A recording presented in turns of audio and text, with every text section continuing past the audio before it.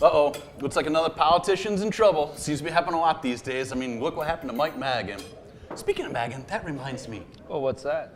You know the Orland Township guy, what's his name? You're talking about Paul O'Grady, the Democrat?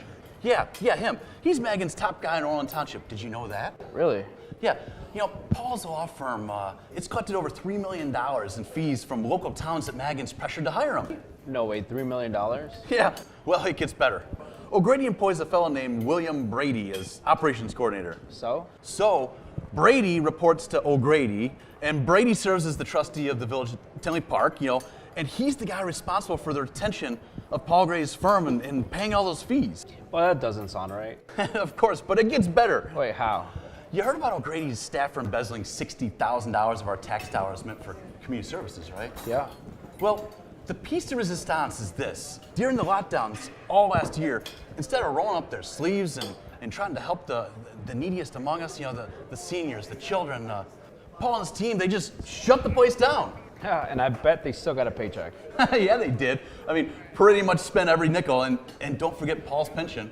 You know, Paul sounds like a typical crony politician. It's really sad to see how far Illinois...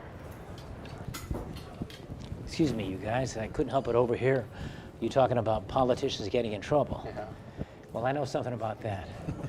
I also know something about Mike Madigan and high taxes. That because of him, the people of Orland Township are paying 20% more in taxes than they were 4 years ago. They are.